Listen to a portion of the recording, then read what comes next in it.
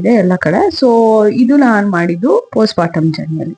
So ಇಲ್ಲ ನಮ್ಮ ಮಗು ಅಷ್ಟು ಹೈಟ್ ಇಲ್ಲ, ನಮ್ಮ ಮಗು ತಲೆಯಲ್ಲಿ ಅಷ್ಟು ಕೂಡ್ಲಿಲ್ಲ, ನಮ್ಮ ಮಗು ನಿಮ್ಗೆ ಒಂಥರ ನಂಬಿಕೆ ಇಲ್ಲ ಅಂತಾನೆ ಹೇಳ್ಬೋದು. ನಿಮ್ಗೆ ನಿಮ್ ಬೇರೆ ಮೇಲೆ ನಂಬಿಕೆನೆ ಹೋಗ್ಬಿಟ್ರೆ, ಸಾರಿ ಹೆಗಣ ಮುದ್ದು ಅಂತಲ್ಲ, ಹೆಂಗಿದ್ರು ಅಷ್ಟೇ ನಮಗ್ ನಮ್ಮ ಮಗುನೇ ಮುಖ್ಯ, ನಮ್ಮ ಮಗುನೇ ಮುದ್ದು. ನಿಮಗೂ ಕೂಡ ಎಕ್ಸ್ಟ್ರಾ ಟೈಮ್ ಸಿಗುತ್ತೆ. ಸೊ ಹಾಗಾಗಿ ದಟ್ ಇಸ್ ವೆರಿ ಇಂಪಾರ್ಟೆಂಟ್. ಇದ್ರೆ ಅದು ಕೂಡ ನಾಟ್ ಪಾಸಿಬಲ್.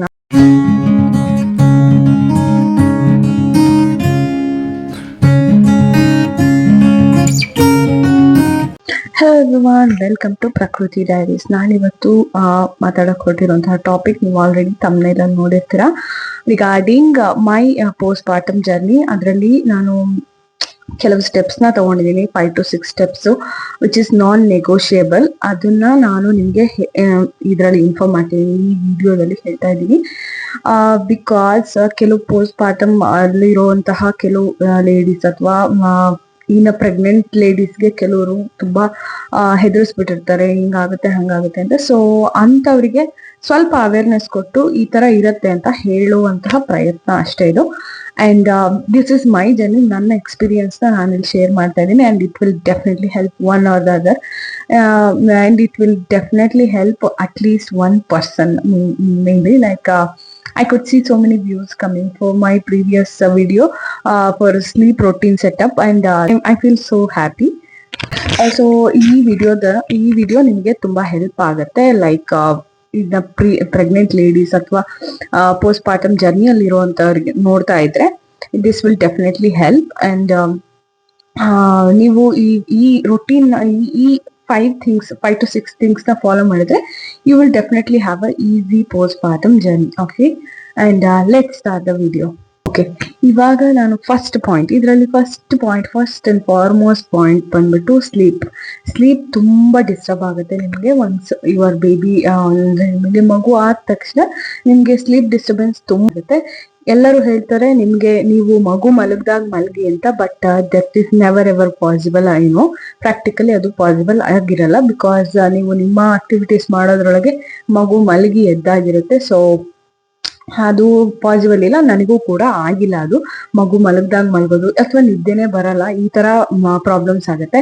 ಸೊ ಅದು ಆಗಲ್ಲ. ಸೊ ಹಾಗಾಗಿ ಮಗುಗೆ ನೀವು ಸ್ಲೀಪ್ ರೊಟೀನ್ ನ ಸೆಟ್ ಮಾಡೋದು ತುಂಬಾ ಇಂಪಾರ್ಟೆಂಟ್ ಆಗುತ್ತೆ.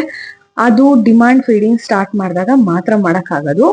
ಅಂಡ್ ಅದರ್ವೈಸ್ ನೀವು 2 hours once ಹಾಲು ಕುಡಿಸ್ತಾ ಇರ್ತೀರಾ. ಸೊ ಹಾಗಾಗಿ ನೀವು ಮಾಡಕ್ಕಾಗಲ್ಲ. ಸೊ ಇದ್ರ ಬಗ್ಗೆ ಫುಲ್ ಇನ್ಫಾರ್ಮೇಶನ್, ಸ್ಲೀಪ್ ರೂಟೀನ್ ಹೇಗೆ ಸೆಟ್ ಮಾಡೋದು ಅಂತ ವಿಡಿಯೋ ನಿಮ್ಗೆ ಬೇಕು ಅಂತಂದ್ರೆ ಇಲ್ಲಿ ನಾನು ಕ್ಯಾಪ್ಷನ್ ಅಲ್ಲಿ ಹಾಕಿರ್ತೀನಿ. ಅಂಡ್ ಅದನ್ನ ನೋಡ್ಕೊಂಡು ನೀವು ನಿಮ್ಮ ಮಗುವಿನ ಸ್ಲೀಪ್ ರೂಟೀನ್ ನ ಸೆಟ್ ಮಾಡ್ಬೋದು. ಪ್ರೆಗ್ನೆಂಟ್ ಲೇಡೀಸ್ ನೋಡ್ತಾ ಇದ್ದೀರಾ ಅಂದ್ರೆ please must watch that video. Like sleep routine set ಮಾಡೋದು, ನೀವು ಆಲ್ರೆಡಿ ಮೆಂಟಲಿ ಅದಕ್ಕೆ ಪ್ರಿಪೇರ್ ಆಗಿರ್ತೀರಾ. ಸೊ ಹಾಗಾಗಿ ಮಗು ಇನ್ನು 1 ತಿಂಗಳು ಆಗೋ ಅಷ್ಟೊತ್ತಿಗೆ ನೀವು ಮೆಂಟಲಿ ಪ್ರಿಪೇರ್ ಆಗಿರ್ತೀರಾ. ಸೊ ಹಾಗಾಗಿ ಆ ವಿಡಿಯೋ ತುಂಬಾ ಇಂಪಾರ್ಟೆಂಟ್ ಆಗುತ್ತೆ, ನೀವು ನೋಡಿ.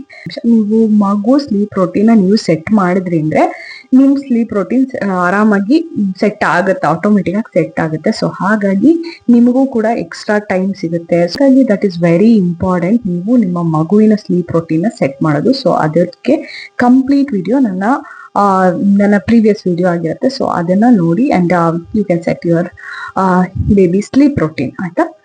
And that is very important. ನಿಮಗೆ ಸ್ಲೀಪ್ ಡಿಸ್ಟರ್ಬ್ ಆಗುತ್ತೆ, ಬಟ್ ಟೈಮ್ ಆದಾಗ ಮಾಡಿ. And you take help from others, like ಯಾರಾದ್ರೂ ನೋಡ್ಕೊಳ್ಳೋರಿದ್ರೆ ಅದು ಕೂಡ ನಾಟ್ ಪಾಸಿಬಲ್. ನಾನು ಹೇಳೋದು ಪ್ರಾಕ್ಟಿಕಲ್ ಆಗಿ ನಿಮ್ಗೆ ಇನ್ನೊಬ್ರು ಕೈಗೆ ಮಗು ಕೊಟ್ಬಿಟ್ಟು ನೀವು ನಿದ್ದೆ ಮಾಡಕ್ಕೂ ಆಗಲ್ಲ, ಅದು ಮನ್ಸು ಒಪ್ಪಲ್ಲ.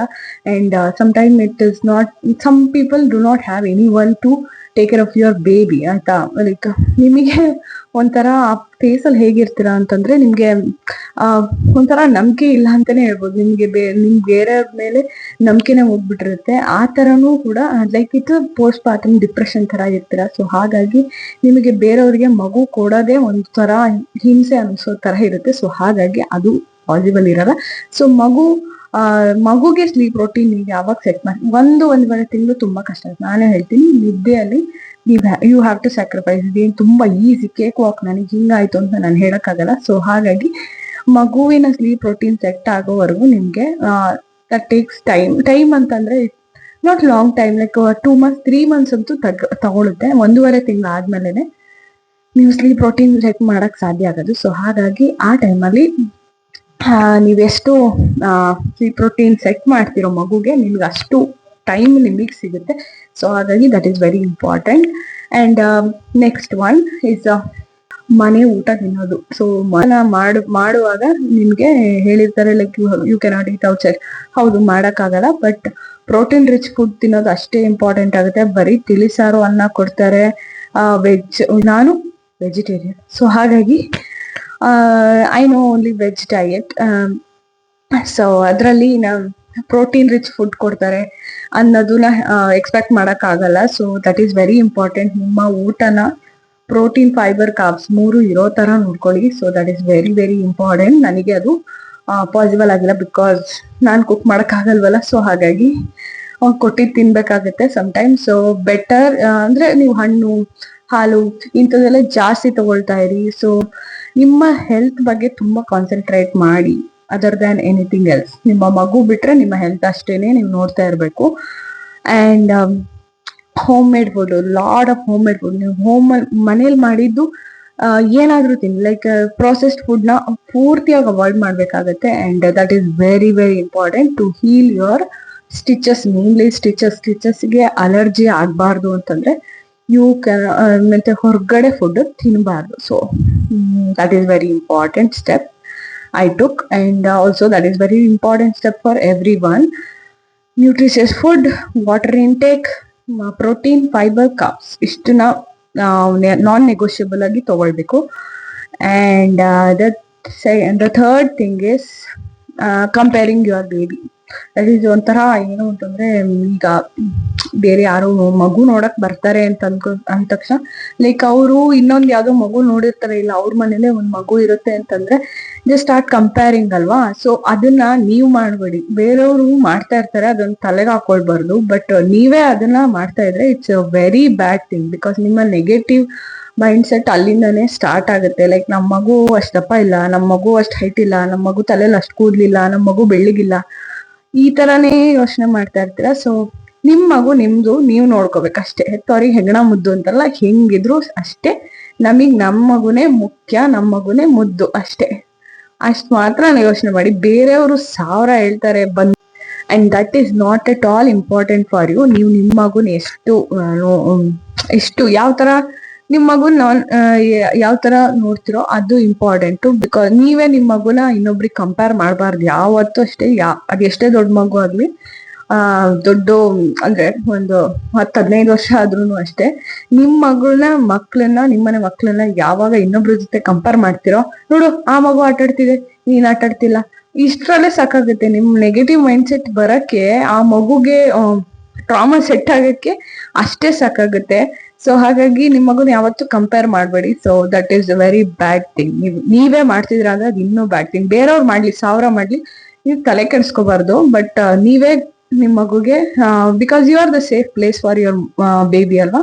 ಸೊ ಹಾಗಾಗಿ ಆ ಮಗು ಸೇಫ್ ಅನ್ನೋದ ಫೀಲ್ ಮಾಡ್ಬೇಕು ಅಂತಂದ್ರೆ ನೀವು ನಿಮ್ ಮಗುನ ಯಾವತ್ತು ಕಂಪೇರ್ ಮಾಡಬಾರ್ದು. That is the third thing which I did. Like I never compared with any baby. Like ನನ್ನ ಬೇಬಿ ನನಗೆ ಅಷ್ಟು ಮಾತ್ರ ನನಗೆ. So the fourth step is ನನಗೆ ನಾನು ಟೈಮ್ ಕೊಡೋದು. ಸೊ ನನಗೆ ನಾನು ಟೈಮ್ ಕೊಡ್ಕೊಳೋದು ತುಂಬಾ ತುಂಬಾ ತುಂಬಾ ತುಂಬಾ ಇಂಪಾರ್ಟೆಂಟ್. ಬಿಕಾಸ್ ನಿಮ್ಮ ಮೆಂಟಲ್ ಹೆಲ್ತ್ ಸ್ವಲ್ಪ ಡೌನ್ ಇರುತ್ತೆ ಆ ಟೈಮಲ್ಲಿ. ಲೈಕ್ ಪೋಸ್ಟ್ ಪಾರ್ಟಮ್ ಫೇಸ್ ಅಲ್ಲಿ ಲೈಕ್ ಎವ್ರಿ ಡೇ ಒಂದೇ ರೊಟೀನ್ ಆಗ್ತಾ ಇರುತ್ತೆ. ನೀವು ಏನು ಅದೇ ಬಟ್ಟೆಗಳು ಹಾಲ್ ಸ್ಮೆಲ್ ಬರ್ತಾ ಇರುತ್ತೆ. ಮಗು ಉಚ್ಚೆ ಮಾಡೋದು, ಪಕ್ಕ ಮಾಡೋದು, ಮತ್ತೆ ಮಗುನ ಎತ್ತಾಡ್ಸೋದು, ಅಳೋದು, ಮತ್ ಇದನ್ನೇ ನೋಡ್ತಾ ಇರ್ತೀರ ರೊಟೀನ್. ನಿಮ್ಮ ಮೈಂಡ್ಗೂ ಸ್ವಲ್ಪ ರಿಲ್ಯಾಕ್ಸೇಷನ್ ಅನ್ನೋದು ಬೇಕು. ಅಂಡ್ ಸೊ ಅದಕ್ಕೋಸ್ಕರ ನೀವು ಟೈಮ್ ಎತ್ತಿಡೋದು ತುಂಬಾ ತುಂಬಾ ಇಂಪಾರ್ಟೆಂಟ್ ಆಗತ್ತೆ. And it starts with basic, ಆಯ್ತಾ. ನೀವು ನಿಮ್ ತಲೆ ಬಾಚ್ಕೊಳೋದೇ ಒಂದು ನಿಮ್ಗೆ ಸೆಲ್ಫ್ ಕೇರ್ ಅನ್ನೋಷ್ಟು ಫೀಲ್ ಆಗುತ್ತೆ. ಲೈಕ್ ಒಂದ್ ತಲೆ ಬಾಚ್ಕೊಳೋದಿರ್ಬೋದು, ಅಥವಾ ರೆಡಿ ಆಗೋದಿರ್ಬೋದು, ಅಥವಾ ಒಳ್ಳೆ ಬಟ್ಟೆ ಹಾಕೊಳೋದಾಗಿರ್ಬೋದು. ಅಟ್ಲೀಸ್ಟ್ ಕಾಜಲ್ ಹಾಕಿ ಹಣೆಗೆ ಇಟ್ಕೊಂಡು ಇಂಥ ಸ್ಮಾಲ್ ಸ್ಮಾಲ್ ಥಿಂಗ್ಸ್ ಕೂಡ ನಿಮಗೆ ಒಂದು ರೊಟೀನ್ ಅಂತ ಅನ್ಸ ಸ್ಕಿನ್ ಕೇರ್ ರೊಟೀನು ಅಥವಾ ಹೇರ್ ಕೇರ್ ರೊಟೀನು ಅನ್ಸೋಕ್ ಶುರು ಆಗುತ್ತೆ. ಸೊ ಹಾಗಾಗಿ ನಿಮಗೋಸ್ಕರ ನೀವು ಟೈಮ್ ಎತ್ತಿಡೋದು ತುಂಬಾ ಇಂಪಾರ್ಟೆಂಟ್ ಆಗತ್ತೆ. ಸೊ ಇದು ಯಾವಾಗ ಸಾಧ್ಯ ಅಂತಂದ್ರೆ ನೀವು ನಿಮ್ಮ ಮಗುಗೆ ಸ್ಲೀಪ್ ರೊಟೀನ್ ಸೆಟ್ ಮಾಡಿದಾಗ. ಸೊ ಸ್ಲೀಪ್ ರೊಟೀನ್ ಯಾವಾಗ ಸೆಟ್ ಮಾಡ್ತೀರೋ that you will get at least 2 hours, 2 to 3 hours you will definitely get ಆಯ್ತಾ ಆಫ್ಟರ್ ಬೇಬಿ ಸ್ಲೀಪ್ಸ್. ನಿಮಗೆ 2 to 3 hours ಸಿಗತ್ತೆ. ಸೊ ಆ ಟೈಮನ್ನ ನೀವು ತುಂಬಾ ಚೆನ್ನಾಗಿ ಯೂಸ್ ಮಾಡ್ಕೊಳ್ಬಹುದು. ಸೊ ಇದು ಇಂಪಾರ್ಟೆಂಟ್ ಆಗುತ್ತೆ. ನಿಮಗೋಸ್ಕರ ನೀವು ಟೈಮ್ ಎತ್ತಿಡೋದು. ಅಥವಾ ನೀವ್ ಯಾರು ಇವಾಗ ಮಗು ಆಗಿದೆ, ನ್ಯೂ ಬಾರ್ನ್ ಇರೋರು ಅಂತ ಆದ್ರೆ you have to learn some hobby ಆಯ್ತಾ. ಯೂಟ್ಯೂಬ್ ನೋಡಿ ಏನಾದ್ರು ಒಂದು ಹಾಬಿ ನೀವು ಕಲ್ತ್ಕೊಳ್ಳೇಬೇಕಾಗತ್ತೆ. Because to distract from all this every day routine ಅಂತ. So you have to learn something. And ಅಂದ್ರೆ ನೆಗೆಟಿವ್ಸ್ ಯಾರಾದ್ರೂ ಸರೌಂಡಿಂಗ್ಸ್ ಇದ್ರೆ ಅವರಿಂದ ದೂರ ಆಗಕ್ಕೆ ಅಥವಾ ಅವ್ರ ಮಾತುಗಳನ್ನ ಇಗ್ನೋರ್ ಮಾಡ್ಬೇಕು ಅಂತ ಇರೋರು ಇದನ್ನ ಫಾಲೋ ಮಾಡ್ಬೋದು. ನೀವು ಜಸ್ಟ್ ಫಾಲೋ ಎನಿ ಹಾಬಿ ನಿಮಗೆ ಇಷ್ಟ ಆಗೋದು ನೀವು ಯೂಟ್ಯೂಬ್ ಅಲ್ಲಿ ನೋಡಿ ಕಲಿಬಹುದು. ನಾನು ಆಕ್ಚುಲಿ ನೆಟ್ಟಿಂಗ್ ಕಲ್ತಿದ್ದೆ ಅಂಡ್ ನನಗೆ ಇವಾಗ ಒಂಚೂರು ಬರಲ್ಲ, ಬಟ್ ಸ್ಟಿಲ್ ನಾನು ಒಂದು ಟೋಪಿ ಅಥವಾ this one I did it when I was in my post partum. And ಇದು ಇವಾಗ ಸ್ವಲ್ಪ ಕಿತ್ತೋಗಿದೆ. ಅವಳು ಆಟ ಆಡ್ತಾ ಇದ್ಲು, ಸೊ ಹಾಗಾಗಿ ಅವಳು ಸ್ವಲ್ಪ ಆಟ ಆಡ್ತಾ ಇದ್ಲು. ಸೊ ಹಾಗಾಗಿ ಸ್ವಲ್ಪ ಕಿತ್ತೋದನ್ನ ಇದೆ ಎಲ್ಲ ಕಡೆ. ಸೊ ಇದು ನಾನು ಮಾಡಿದ್ದು ಪೋಸ್ಟ್ ಪಾರ್ಟಮ್ ಜರ್ನಿಯಲ್ಲಿ. So this is very important. ನೀವು ನಿಮ್ಗಂತಾನೆ ಒಂದು ಟೈಮ್ ನೀವು ಪೇಂಟಿಂಗ್ ಮಾಡ್ತಿರೋ, ಡ್ರಾಯಿಂಗ್ ಮಾಡ್ತಿರೋ, ಅಥವಾ ಕಲರಿಂಗ್ ಮಾಡ್ತಿರೋ, ಸ್ಟಿಚಿಂಗು, ಅಥವಾ ಏನಾದ್ರೂ ಒಂದು ಮೊಬೈಲ್ ಸ್ಕ್ರಾಲ್ ಮಾಡೋದ್ ಬಿಟ್ಟು ನೀವೇನಾದ್ರೂ ಒಂದು ಮಗು ಜಾಸ್ತಿ ಹೊತ್ತು ಮಲಗಿರುತ್ತೆ. By the way newborns ಜಾಸ್ತಿ ಹೊತ್ತು ಮಲಗಿರ್ತಾರೆ. ನಿಮಗೆ ತುಂಬಾ ಚೆನ್ನಾಗಿ ಟೈಮ್ ಸಿಗೋದೆ ಅವಾಗ. So take your time for yourself ಆ ಟೈಮಲ್ಲಿ. ಅಂಡ್ ತುಂಬಾ ಚೆನ್ನಾಗಿ ಟೈಮ್ ಸಿಗುತ್ತೆ. ನನ್ನ ಮಗಳಿಗೆ ಇವಾಗ 21 months. ಇವಾಗ ನನಗೆ ಈಗ ಮಲಗಿದಾಳೆ. ಸೊ ಇವಾಗ ನಾನು ವಿಡಿಯೋ ಮಾಡ್ತಾ ಇದ್ದೀನಿ. ಸೊ ತುಂಬಾ ರೇರ್ ಆಗಿ ಟೈಮ್ ಸಿಗುತ್ತೆ ನಿಮಗೆ ಅಂತ. ಸೊ ನ್ಯೂ ಬಾರ್ನ್ ಇದ್ದಾಗ ತುಂಬಾ ಟೈಮ್ ಸಿಗುತ್ತೆ ನಿಮ್ಗೆ. ಸೊ ಹಾಗಾಗಿ ಏನಾರ ಒಂದ್ ಸ್ಕಿಲ್, ಏನಾರ ಒಂದ್ ಕಲೀರಿ. That is very important. And ನಿಮ್ಮ ಮೈಂಡ್ ಕೂಡ ಡಿಸ್ಟ್ರಾಕ್ಟ್ ಆಗಕ್ಕೆ ತುಂಬಾ ಹೆಲ್ಪ್ ಆಗುತ್ತೆ. ಅಥವಾ ಮೆಡಿಟೇಷನ್ ಮಾಡ್ಬೋದು ಅಂಡ್ ಕಲೀರಿ. ಯೂಟ್ಯೂಬ್ ಅಲ್ಲಿ ಸಾವಿರ ಥಿಂಗ್ ಇರುತ್ತೆ, ನೀವ್ ಏನ್ ಬೇಕಾದ್ರೂ ಕಲಿಬಹುದು. ಸೊ ಹಾಗಾಗಿ ದಟ್ ಈಸ್ ವೆರಿ ಇಂಪಾರ್ಟೆಂಟ್. ನಿಮಗಂತ ನೀವು ಟೈಮ್ ಎತ್ತಿಟ್ಕೊಳ್ಳೋದು ತುಂಬಾ ಇಂಪಾರ್ಟೆಂಟ್ ಆಗತ್ತೆ. Most thing feeling guilty for every help. Like ನೀವೊಂದು ಹೆಲ್ಪ್ ಕೇಳಕ್ಕೇನೆ ತುಂಬಾ ಗಿಲ್ಟ್ ಅಂತ ಫೀಲ್ ಮಾಡೋದು ಇಟ್ಸ್ ವೆರಿ ವೆರಿ ಅಂದ್ರೆ ಕಾಮನ್ ಆಯ್ತಾ. ಕಾಮನ್ ಆಗತ್ತೆ. ಬಿಕಾಸ್ ನೀವ್ ಯಾರ ಹತ್ರ ಹೆಲ್ಪ್ ಕೇಳ್ಬೇಕು ಅಂದ್ರೆ ನೀವು ಅಷ್ಟು ಅಷ್ಟು ಹೆಲ್ಪ್ ಯಾರ ಹತ್ರನು ಕೇಳಿರಲ್ಲ ಮೊದ್ಲು. ಸೊ ಅದು ಇವಾಗ ನಿಮಗೆ ಕೇಳಕ್ಕೆ ಒಂಥರ ಹಿಂಸೆ ಅಂತ ಅನ್ನಿಸ್ಬೋದು, ಬಟ್ ಇಟ್ ಈಸ್ ಇಂಪಾರ್ಟೆಂಟ್. ನೀವು ನಿಮಗೆ ಹೆಲ್ಪ್ ಕೇಳೋದು ತುಂಬಾ ಇಂಪಾರ್ಟೆಂಟ್ ಆಗತ್ತೆ. ಅಟ್ಲೀಸ್ಟ್ ಒಂದ್ ಮಗು ಎತ್ಕೊಳಕ್ ಆಗಿರ್ಬೋದು, ಒಂದ್ ಸ್ವಲ್ಪ ಹೊತ್ತು ನೀವು ಮಲ್ಗಕ್ಕೆ, if anybody is available, trusted people, ನಿಮ್ಮ ತಾಯಿ ತಂದೆ ಯಾರಾದ್ರೂ ಆಗಿದ್ರೆ ಅವ್ರಿಗೊಂದ್ ಸ್ವಲ್ಪ ಹೊತ್ತು ಎತ್ತಿ ಆಡ್ಸಕ್ ಹೇಳಿ, ಅಥವಾ ಹೊರಗಡೆ ಕರ್ಕೊಂಡು ಬರಕ್ ಹೇಳಿ, ಅಥವಾ ನಿಮಗೆ ಅಂತ ನೀವು ಟೈಮ್ ಕೊಟ್ಕೊಳಕ್ಕೆ ಸ್ವಲ್ಪ ಬೇರೆಯವ್ರ ಹತ್ರ ಹೆಲ್ಪ್ ಕೇಳಿ. ಏನಕ್ಕಾದ್ರೂ ಹೆಲ್ಪ್ ಕೇಳಿ. ಸೊ ಹೆಲ್ಪ್ ಕೇಳೋದ್ರಿಂದ ನೀವೇನ್ ಕಡಿಮೆ ಆಗಲ್ಲ. ನಿಮ್ಗೆ ಲೋ ಪಾಯಿಂಟ್ ಅಲ್ಲಿ ಇರ್ತೀರಾ ನೀವು, ಅಂಡ್ ಹೆಲ್ಪ್ ಕೇಳೋ ಅಂತ ಪರಿಸ್ಥಿತಿಲಿ ಇರ್ತೀರಾ. ಕೇಳ್ಬಿಟ್ಟು ಆಮೇಲೆ ಗಿಲ್ಟ್ ಫೀಲ್ ಮಾಡ್ಬೇಡಿ. That is very important. ಕೇಳ್ಬಿಟ್ಟು ಆಮೇಲೆ ನೀವು ಗಿಲ್ಟ್ ಫೀಲ್ ಮಾಡೋದಿದೆಯಲ್ಲ, ದಟ್ ಈಸ್ ಆಲ್ಸೋ ನೀವು ಮೆಂಟಲ್ ಸ್ವಲ್ಪ ಡೌನ್ ಆಗ್ಬಿಡ್ತೀರಾ. ಅಥವಾ ಕೇಳ್ದಲೇ ಇರೋದು ಕೂಡ ಅಷ್ಟು ಒಳ್ಳೇದಲ್ಲ. ಹೆಲ್ಪ್ ಬೇಕಂದಾಗ ಆಸ್ಕ್ ಯುವರ್ ಏನ್ ಬೇಕು ನಿಮಗೆ ಅನ್ನೋದು ಕೇಳಿ. So that is very important. Final normalise ಮಾಡಿ.